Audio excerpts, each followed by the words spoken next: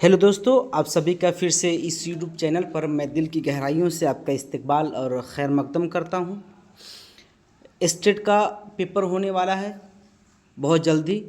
उसी के ताल्लुक़ से स्टेट पेपर 2 के लिए जो भी उर्दू के तलबा हैं, साथी हमारे हैं, उनके लिए उनकी सहूलत के लिए मैं आपके सामने उर्दू का कंटेंट किताब के हवाले और ख़ास करके एससीईआरटी किताब के हवाले से पेश कर रहा हूँ। पिछली वीडियो मैंने इंशाइया और उसके फ़न के बारे में बात किया था। अब आपकी किताब दरख्शां और कहकशां में जो इंशाइया निगार मुसन्निफ़ीन हैं उनको देखिए कि दरख्शां और कहकशां जो नवीं से लेकर आपकी 12वीं जमात तक पढ़ाई जाती है और उसमें किन किन इंशाइया निगारों के बारे में बात की गई उसके बारे में तज़किरा करेंगे। आइए सबसे पहले आपकी किताब में जिस इंशाइया निगार के बारे में तज़किरा किया गया है वो है सैयद मोहम्मद हसनैन। ठीक, देखिए सैयद मोहम्मद हसनैन को एक बार।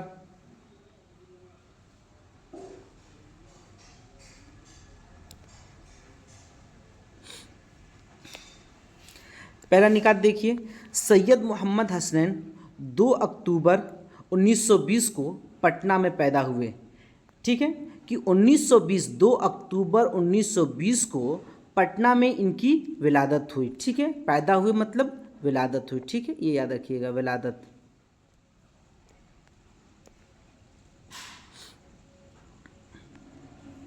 फिर कह रहे हैं कि सिलसिला नसब खानवादा इमाम ताज फ़िक़िया से मिलता है। जो इनका सिलसिला मिलता है, जो शजरा जिसको हम कहते हैं, तो वो किससे मिलता है? खानवादा इमाम ताज फ़िक़िया जो है उन्हीं से जाकर इनका सिलसिला नसब मिलता है। ठीक, अगला पॉइंट देखिए आपके सामने पेश है कि राजा राम मोहन राय सेकेंडरी स्कूल से मैट्रिक और पटना यूनिवर्सिटी से 1946 में एमए उर्दू के इम्तिहान पास किए। कि राजा राम मोहन राय स्कूल जो था वहाँ से उन्होंने मैट्रिक पास किया। उसके साथ साथ पटना यूनिवर्सिटी से 1946 में इन्होंने क्या किया? एमए इन उर्दू किया। ठीक, इसके बाद देखिए अगला पॉइंट कि 1956 में बिहार यूनिवर्सिटी, जो बिहार यूनिवर्सिटी है, उससे उन्होंने क्या किया? पीएचडी डिग्री हासिल करके रियासत बिहार में उर्दू की पहली पीएचडी डिग्री हासिल करने वाले ये तालिब इल्म बन गए थे। कि अगर आपके सामने ये सवाल आए कि सबसे पहले उर्दू में पीएचडी किस शख्स ने किया था, तो वो कौन थे? सैयद मोहम्मद हसनैन थे। और किस सन में किया था? 1956 में किया था। कि बिहार स्टेट में सबसे पहले उर्दू ज़बान पर और उर्दू में किसी ने अगर पीएचडी किया था तो वो कौन थे? सैयद मोहम्मद हसनैन। ये आपका इम्पोर्टेंट थोड़ा सा निकात हो जाएगा। ठीक, अब अगला पॉइंट देखिए, कह रहे कि 1968 से 1985 तक मगध यूनिवर्सिटी के शोबे उर्दू में सदर शोबा की हैसियत से काम करते रहे। इस दौरान कसरत से इल्मी अदबी मकालात हिंद व पाक के मुख्तलिफ़ रिसालों में शाये होते रहे। इल्मी अदबी जो मकालात थे, जो पेपर इनके थे, जो लिख कर सामने आए, तो वो क्या है कि हिंदुस्तान और पाकिस्तान के जो रिसाले हुआ करते थे उन रिसालों में छप के सामने आए थे, शाये हुए थे। ठीक, अगला पॉइंट देखिए, जिस काम ने सैयद मोहम्मद हसनैन को शोहरत और मकबूलियत अता की वह है सिन्फ इंशाइया निगारी। वो कौन सी सिन्फ है? वह है इंशाइया निगारी। ठीक है, अब देखिए मेन यहाँ से आ रहा है कि सैयद मोहम्मद हसनैन को जिस चीज़ ने उनको शोहरत बख्शी और मकबूलियत अता की वह है कौन सी सिन्फ? इंशाइया निगारी। ठीक, अगला पॉइंट देखिए, सिन्फ इंशाइया निगारी के सिलसिले में लिखी गई इनकी किताब, और कौन सी किताब है? सिन्फ इंशाइया और चंद इंशाइये। सिन्फ इंशाइया और चंद इंशाइये क्या है? इनकी लिखी हुई किताब है। किनकी? सैयद मोहम्मद हसनैन की क्या है फिर के नाम से पहली बार 1958 में शाये हुई। कि सिन्फ इंशाइया और इंशाइया और चंद इंशाइये 1958 में शाये हुई सबसे पहले। और किन की लिखी हुई किताब है? सैयद मोहम्मद हसनैन की। और इसी किताब की वजह से इनको बहुत ज़्यादा शोहरत और मकबूलियत मिली। फिर क्या करें कि इनका छठा तरमीम शुदा एडिशन इंशाइया और इंशाइये के ज़ेर उन्वान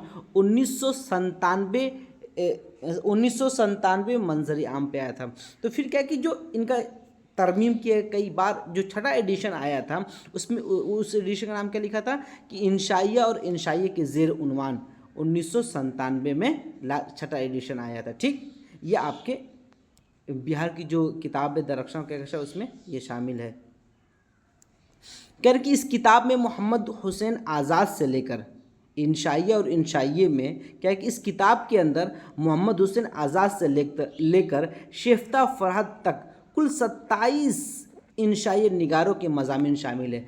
अगर आपसे पूछा जाए कि इंशाइया और इंशाइये में कुल कितने अफसाना निगारों का तस्करा किया गया है, तो 27 अफसाना निगारों का तस्करा किया गया। ये जहन में बात रख लीजिएगा, 27। और कहाँ से? मोहम्मद हुसैन आज़ाद से लेकर शेफ्ता फरहद तक कुल अफसाना निगारों इंशाइये निगारों का तस्करा किया गया है। ठीक, फिर कह रहे हैं कि इंशाइये निगारों के मज़ामीन शामिल है। एक मज़मून हा मीम असलम अज़ीमाबादी के नाम से ख़ुद सैयद मोहम्मद हसनैन का भी है।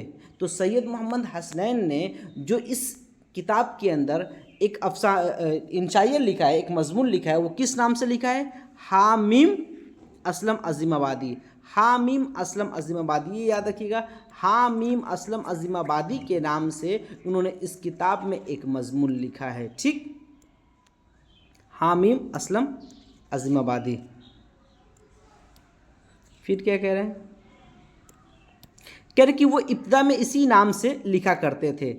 हामीम असलम अज़ीमाबादी के ही नाम से सैयद मोहम्मद हसनैन कुछ भी लिखा करते थे, जो कुछ भी लिखा करते थे वो इसी नाम से लिखा करते। ये याद रखिएगा कि सैयद मोहम्मद हसनैन इब्तिदा में किस नाम से लिखा करते थे, तो हामीम असलम अज़ीमाबादी के नाम से लिखा करते थे। ठीक, फिर क्या कह रहे हैं?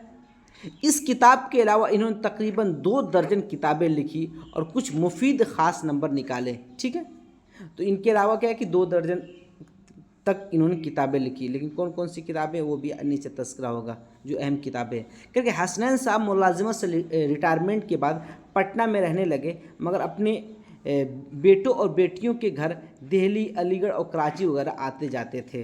ठीक, कह रहे कि अक्टूबर 1999 में पाकिस्तान गए। अक्टूबर 1999 में पाकिस्तान गए, वहीं इनका इंतकाल हो गया। इस्लामाबाद में मदफून हो गए। तो इनका इंतकाल कहाँ हुआ? इस्लामाबाद में, पाकिस्तान में हुआ। ठीक, और किस सन में हुआ? 1999 में। ठीक, फिर क्या है कि सैयद मोहम्मद हसनैन ने खाके भी लिखे। सैयद मोहम्मद हसनैन ने खाके भी लिखे। एक बात याद रखिएगा कि जो लोग इंशाइया निगार होते हैं, ठीक है, तो वो अक्सर देखिएगा इंशाइया निगार जो होंगे वो खाका निगार ज़रूर होंगे। और क्यों होंगे?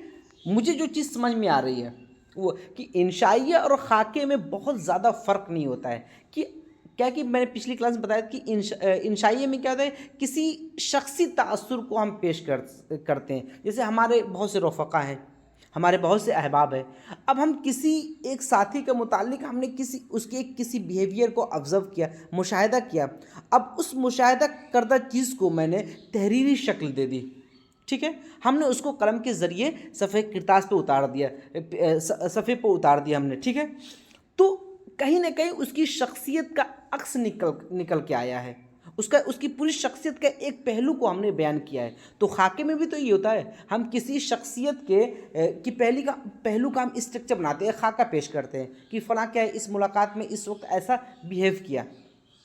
ठीक है, तो खाका और इंशाइया मेरे ख्याल से क्या है कि जब किसी शख्स के बारे में बयान किया जाता है तो करीब करीब हो जाता है।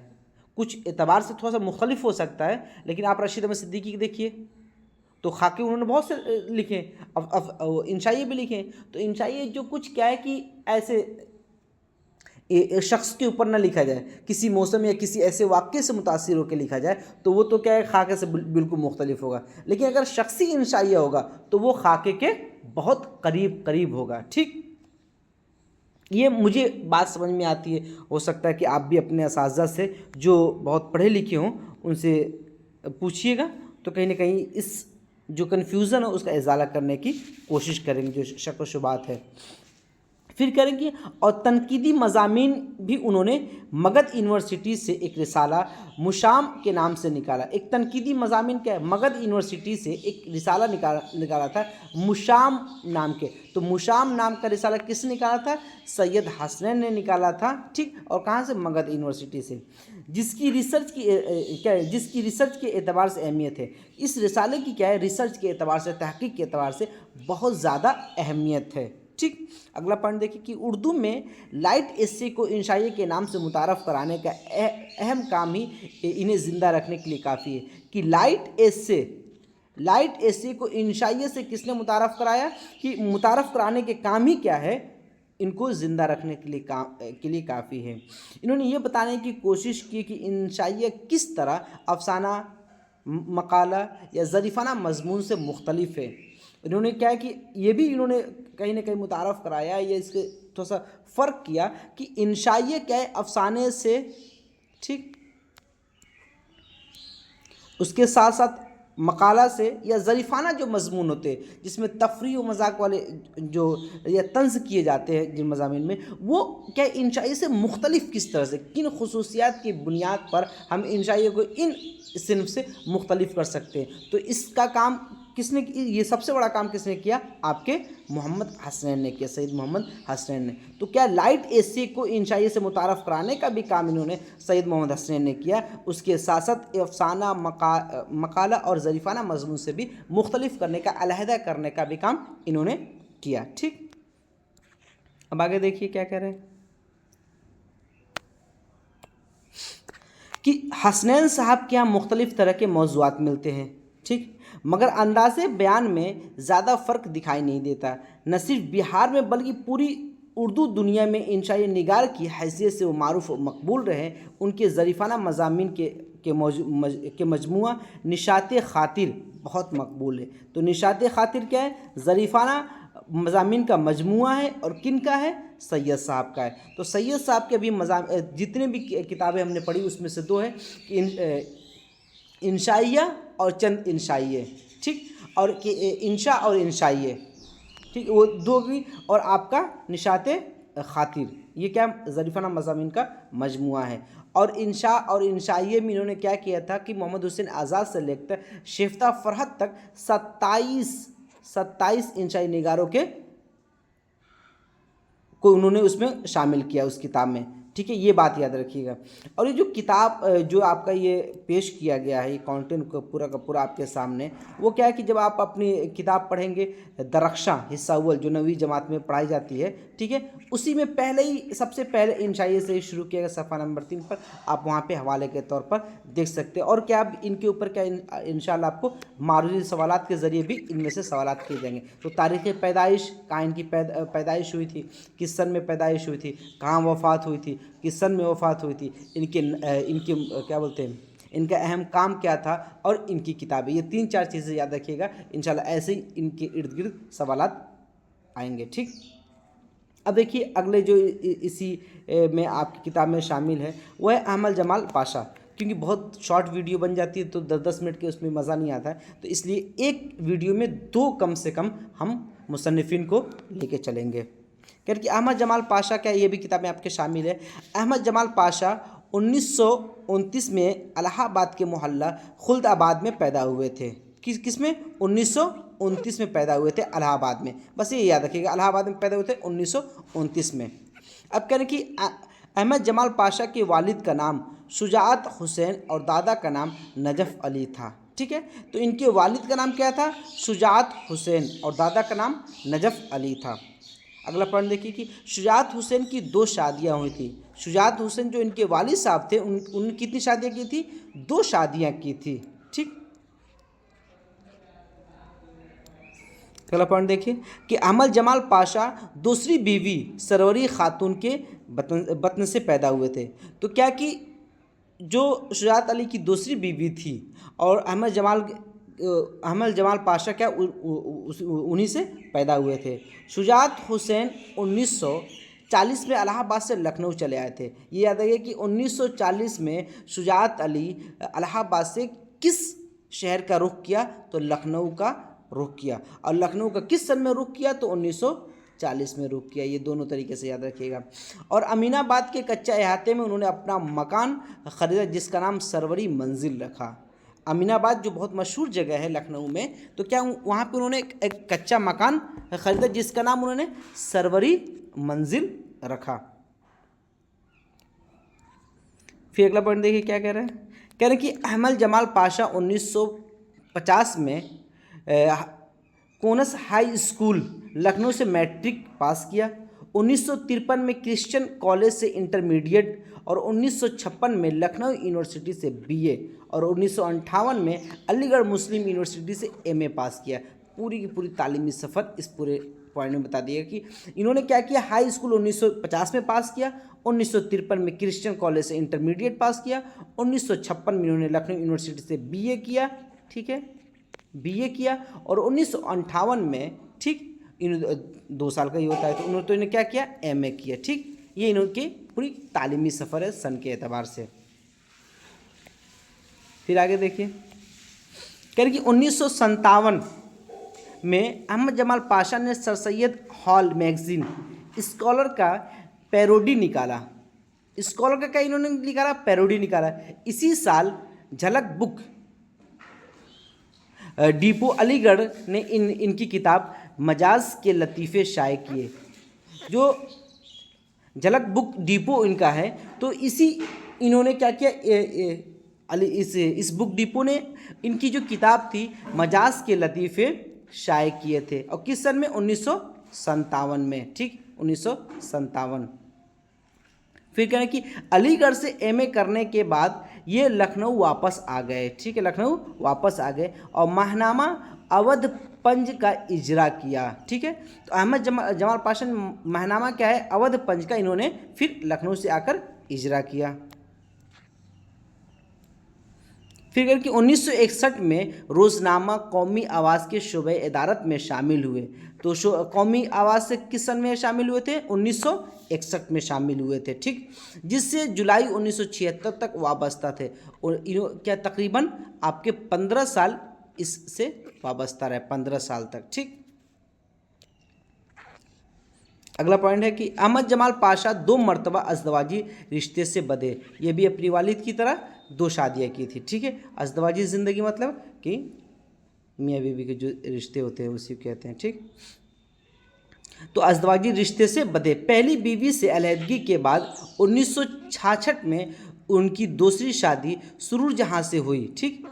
उनकी दूसरी शादी किससे हुई? सुरूर जहाँ से हुई, जो बाद में सुरूर जमाल के नाम से मशहूर हुई, ठीक। आगे देखिए, 1976 में वो मुस्तकिल मकाम के खातिर अपने ससुराल सिवान चले गए। तो इनका ससुराल कहाँ था? सिवान था, ठीक है, जो बिहार में पड़ता है सबसे किनारे। तो 1976 में ये सिवान चले गए थे, जहाँ 1976 में उन्हें ज़किया आफाक इस्लामिया कॉलेज उर्दू लिटरेचर के मुलाजिम हुए थे। 1976 में क्या हो गए थे? ये जो कॉलेज था ज़किया आफाक इस्लामिया कॉलेज, इसमें ये क्या हो गए थे? उर्दू के लिटरेचर हो गए थे, उर्दू लिटरेचर के मुलाजिम हो गए थे, लेक्चरर हो गए थे, ठीक। फिर कह रहे कि 28 सितंबर 1987 के दरमियान दौरान मुलाजिमत ही दिल का दौरा पड़ने से पटना में इनका इंतकाल हो गया। तो इनका इंतकाल कब हुआ? 28 सितंबर 1987 को पटना में इनका इंतकाल हुआ। और 1976 में सिवान अपने ससुराल का रुख कर लिया था इन्होंने, ठीक। और दौरान मुलाजिमत ही दिल का दौरा पड़ने की वजह से हुआ था, क्योंकि 19 सितंबर 1987 को सिवान में ही क्या हुआ था, इनको तदफीन अमल में आई। कि इंतकाल तो पटना में किए, ये कहाँ किए? पटना में किए, लेकिन इनको दफन कहाँ किया गया? सिवान लाकर इनको दफन किया गया एक दिन बाद, ठीक है। 28 सितंबर को इनका इंतकाल होता है और 19 सितंबर को इनकी तदफीन अमल में आती है, ठीक। ये पॉइंट्स क्या है ये याद रखिएगा। अब इनके कारनामे देखिए, ये कारनामे क्या क्या इन्होंने किए हैं। कह रहे हैं कि अहमद जमाल पाशा कुल वक्ती अदीब थे, तंज़ो मज़ा उनका ख़ास मैदान था। क्या तंज़ो मज़ा क्या था? इनका ख़ास मैदान था, जिसका एतराफ़ करते हुए गालिब एकेडमी ने 1986 में सागर सरवरी गालिब एवार्ड इन्हें अता किया। तो सागर सरवरी एवार्ड इनको किस सन में मिला था? 1986 मिला था। यह देखिए 1986 में इनको सागर सूरी सरवरी कह रहे सागर सूरी एवार्ड इनको दिया गया था गालिब एकेडमी की तरफ से। कह रहे कि अहमद जमाल पाशा की अहम किताबों के नाम इस तरह हैं। जो इनकी अहम किताबें हैं, देखिए निकात वाइज पूरे के पूरे बयान किए गए हैं, इसको आप याद रखिएगा। ये अहमद जमाल पाशा पे क्या है कि बहुत सवाल बन के आते हैं। देखिए पहला क्या है? अंदेशे शहर, सितम एजाद, लज़्ज़त आज़ार, मज़ामिन पाशा, चश्मे हैरा, ये बहुत ये याद रखिएगा। पत्तियों पर छिड़काव, ज़राफ़त व तनक़ीद, उर्दू के 4 मज़ाहिया शायर, ये भी पूछा जाता है। उर्दू के 4 मज़ाहिया शायर किन की किताब है? तो क्या अहमद जमाल पाशा की। फ़न लतीफ़ा गोई, ये भी अहम है। मुल्ला नसरुद्दीन के लतीफ़े, मजाज के लतीफ़े, अभी मैंने बताया कि इसको अलीगढ़ से क्या है, झलक बुक डिपो ने शाये किया था, और ये जब ये तालिब इल्म थे तभी शाये किया था। शौकत थानवी के मज़ाहिया सहाफ़त, दुनिया की लोक कहानियाँ, ठीक, दुनिया की लोक कहानियाँ, बहादुर टम्बा, हिजोयात मीर गालिब से माजरत के साथ, ठीक है। तो ये इनके लतीफ़े क्या हैं आपके, और ये किताबें क्या है, आप ये ज़हन में रखिएगा जो मैंने अभी आपके सामने गिनाए हैं। तो अंदेशे शहर हो गया, सितम एजाद हो गया, लज़्ज़त आज़ा, मज़ामिन पाशा हो गया, चश्मे हैरा हो गया। चश्मे हैरा थोड़ा सा इम्पोर्टेंट है, और पत्तियों पर छिड़काव, ये भी इम्पोर्टेंट है। और उर्दू के 4 मज़ाहिया शायर, फ़न लतीफ़ा गोई, ये तो नेट में भी शामिल है। ये क्या है? ये वाला 9 नंबर तो नेट में भी शामिल है, ये नेट में भी इनके बारे में पूछा जाता है। तो मिजाज के लतीफ़े हो गए, तो ये नेट में इनको शामिल किया गया, तो सोचिए कितने अहम है। तो ये जो आपके किताब है कहकशा दोम, सफ़ा नंबर 29 पे, जो 12वीं क्लास की किताब है, उसमें इनको शामिल किया गया है, ठीक है। तो आज हमने सैयद मोहम्मद हसनैन के बारे में पढ़ा और अहमद जमाल पाशा के बारे में पढ़ा। तो 2 मुसन्निफ़ीन जो इंशाइया के मुसन्निफ़ीन हैं, उनके मुतालिक पढ़ा। फिर अगली क्लास में भी 2 इंशाइया को पढ़ेंगे। तो तकरीबन ये आपकी किताब में सिर्फ 2 ही इंशाइया को दिया गया है। आपकी किताब में जो दिया गया है वो दरख्शां और कहकशा जो है बिहार SCRT, सिर्फ 2 का दिया गया है, लेकिन सिर्फ इन्हीं दोनों पर आपके सवालात मोहित नहीं होते हैं। खारजी भी जो मुसन्निफ़ीन हैं उनके बारे में पूछ लिया जाता है। तो इंशाल्लाह अगली वीडियो में उनको भी शामिल करेंगे। बहुत मुख्तसर से उनकी मालूमात जो होंगी किताबों पे ख़ास करके फ़ोकस किया जाएगा, उस पर बात की जाएगी। चलिए तब ये आपके अगली क्लास में आपसे मुलाकात होगी अगली वीडियो में एक नए शख्सियत और अहम निकात के साथ। तब तक के लिए अल्लाह हाफ़िज़।